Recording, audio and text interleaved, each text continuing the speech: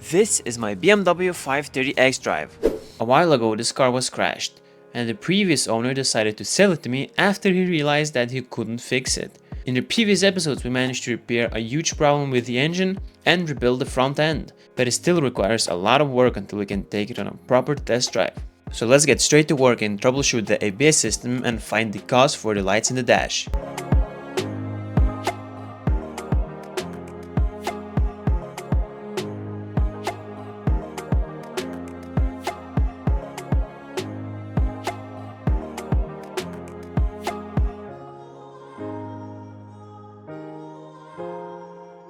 So now after scanning the codes, there are a lot of codes, but the one I care the most about is this one.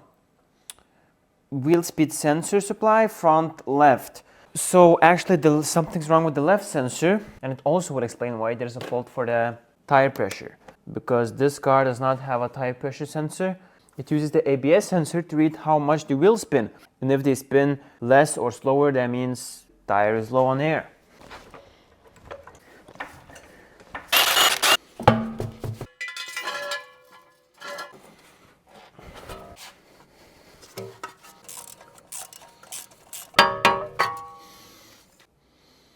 You can see this like completely touched. I'm not really sure what causes it though.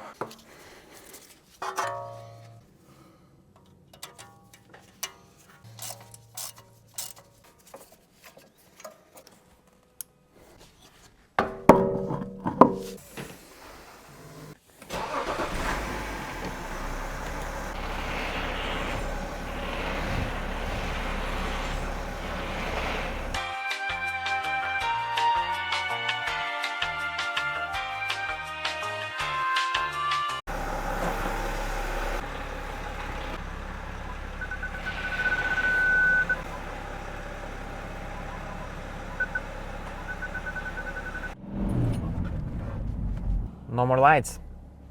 There are some other codes, but now there's no codes for the ABS or 4x4 system. So the previous owner had already bought a new sensor for the right side, and I replaced it off camera before even starting the build. Now I just installed the sensor that was originally on the right side on the left side. And then I deleted the codes, but the codes kept coming back. So firstly I thought that the sensor that I installed was defect. And then I did the steering angle sensor calibration. And then I also did the SC sensor adjustment. I think they are the wheel speed sensors that we just replaced. And after that, all the codes literally went away. And now you can see there's no more light.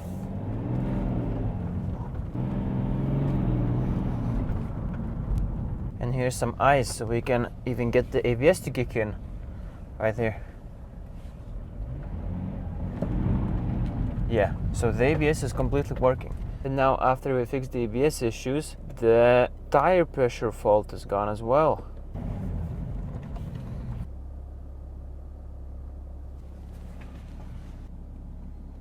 There's the train, boys, the famous. We need to as well install the rear wiper. It was completely missing when I bought the car, and the whole unit I used on another project earlier.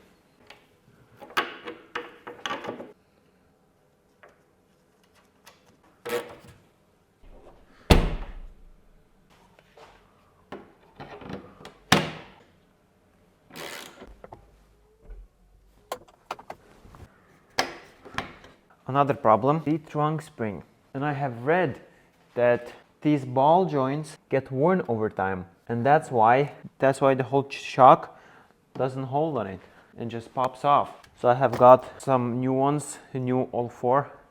So let's see if we can remove it. Yep.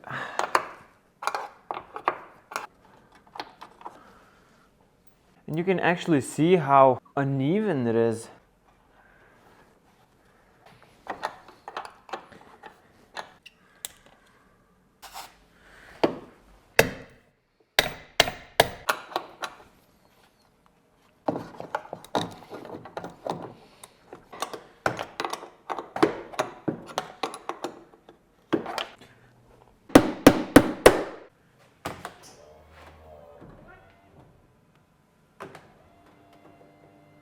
No way.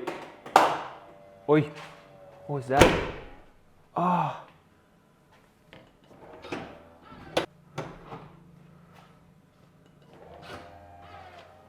So after some googling and searching and stuff, we probably need to add some oil into the trunk hydraulic pump, and it's right here. The proper way is to undo the whole unit, pull it out, flip it upside down and fill it, because the fill plug is from under. But what I seen and read on forums, people just cut off this hose clamp and then they drop the little reservoir, and then you can drop it off and then just fill it. Saves a lot of time, and I hear that these pumps are, you could say, a pain to remove.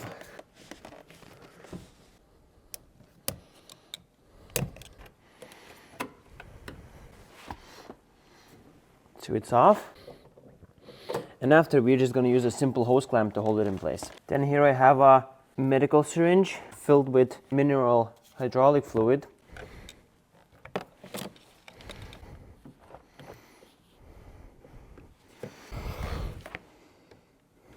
Okay, that should be probably enough. I'm not sure how much I need to add, so I just added a bit.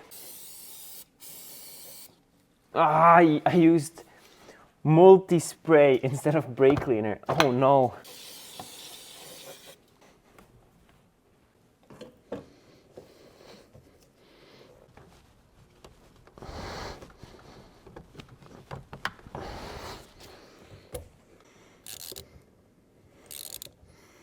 Don't need to be tight.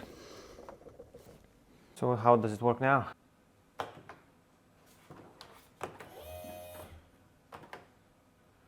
Hello? It does already go higher though.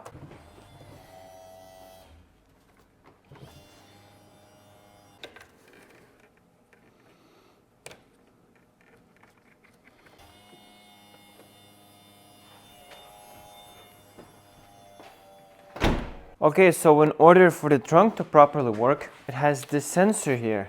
And the sensor needs to sit exactly like this.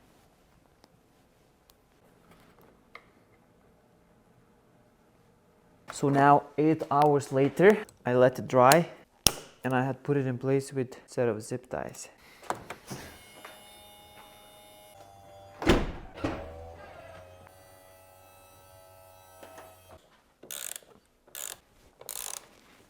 So I glued the sensor in place, and I also managed to put this bracket back on. The trunk right now is a complete mess though.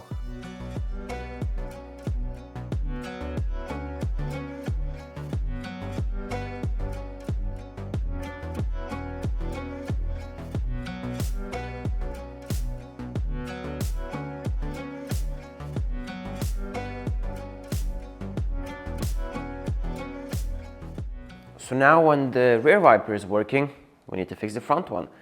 And you see it's broken. Very common problem on E60s. Most people just replace the whole wiper unit.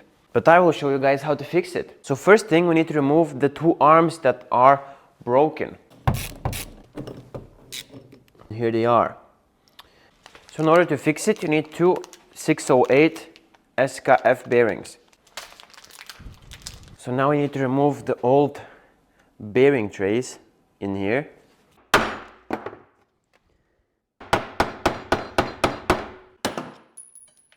So now one of it is out.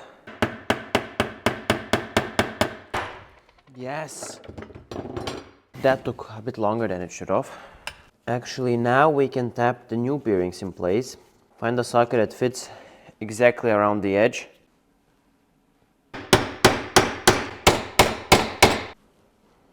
Now in the old brackets, we're gonna cut here on the end with the angle grinder.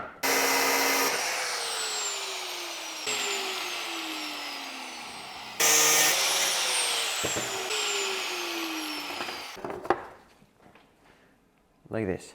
So now we will put this bolt through, and we'll put the bracket on from behind. But the hole in the bracket is too small for the screw. So now we need to drill and make the hole bigger. Okay, so the screw is exactly 4 millimeters. So we can use the 4 millimeter drill bit.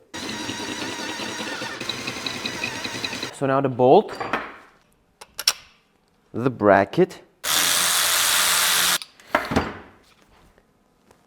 Now I'm gonna add a bit of thread lock so it doesn't undo itself. Oh yeah, that's good. Now we need to cut the excess bolts.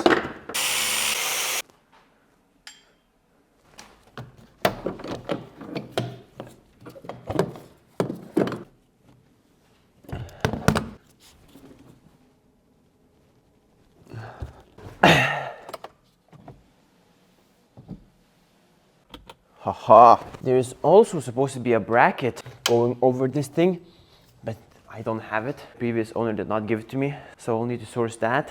And also the engine cover bracket here.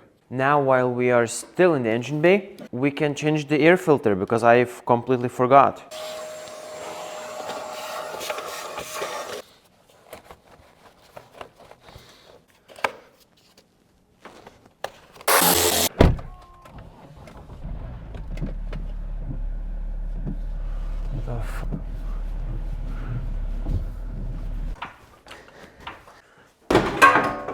So after I replaced the air filter, for some reason the car started running rough. The engine light came on, the ABS lights came on, and car started dying. And so after some troubleshooting, I found out that there was a bunch of codes.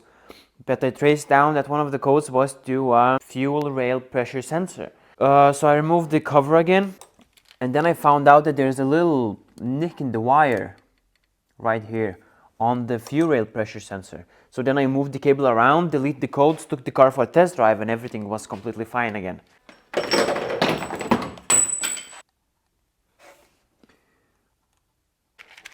Good old matches.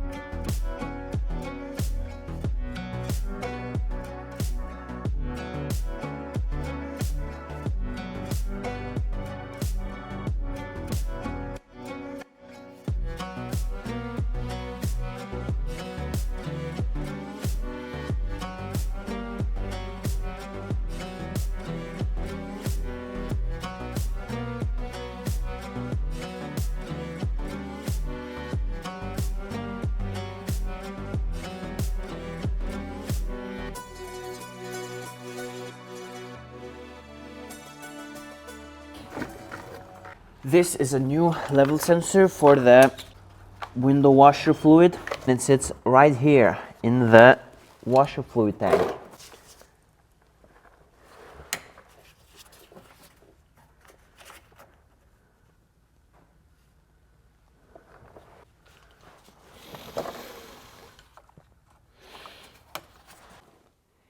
Right here, so I just twisted it to pull it out. Yes, it's gone. Let's go.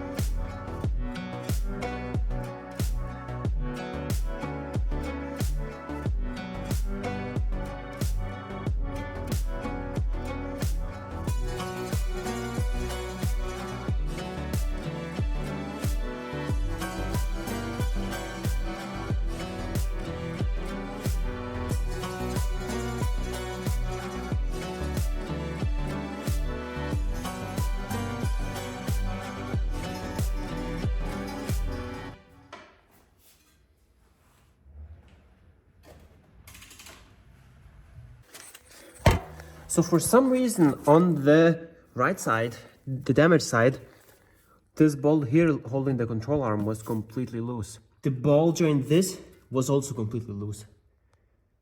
I can't believe it. So I was in for the alignment, but he told me that before I can get the alignment done, I should replace the front left tension strut because the bushing on it is bad. Firstly, I want to loosen the ball joint.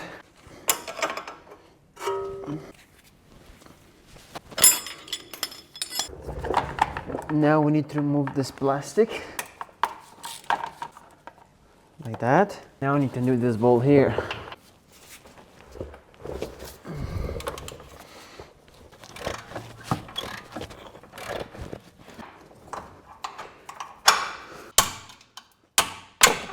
Out.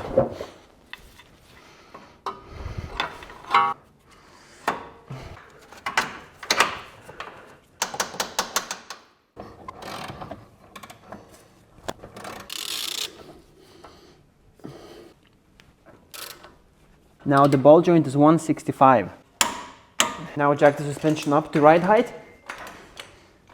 Now the tension strut to the subframe is 100 Newton meters. Then the little plastic cover here. Then another thing that I messed up with, when I was putting the right drive shaft in, I managed to split the boot. This is a brand new drive shaft, original, so we will need to just replace the boot, which I have. So this is gonna be fun.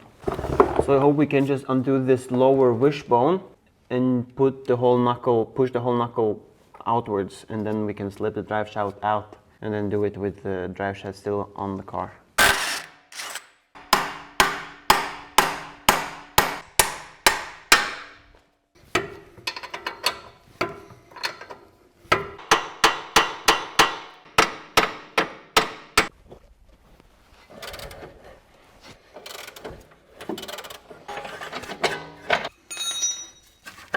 So the ball joint won't move, so I did the whole control arm from the subframe.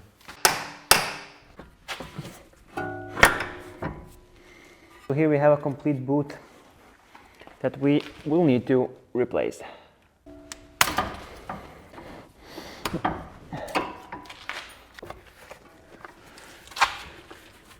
To work with this kind of grease is absolutely the worst. I hate it.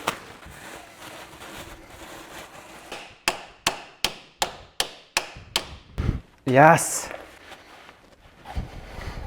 Then put the new clamp on, new boot. Then we're gonna fill it with new grease.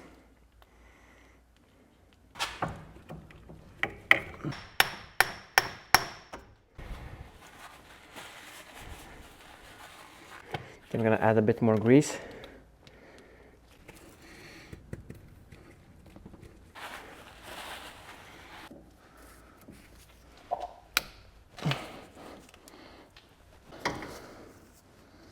Now the fun part, to put it into the hub.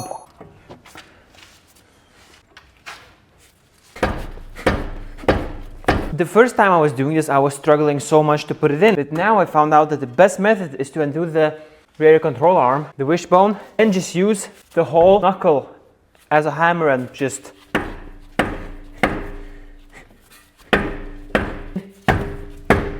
because that was the reason why I broke it in the first place.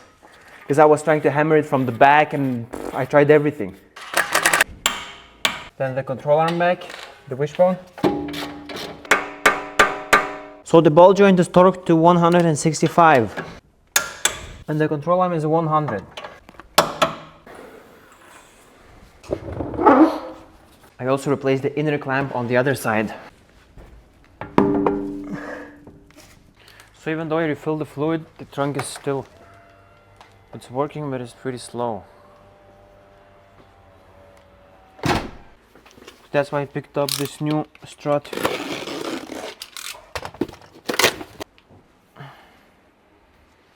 Brand new.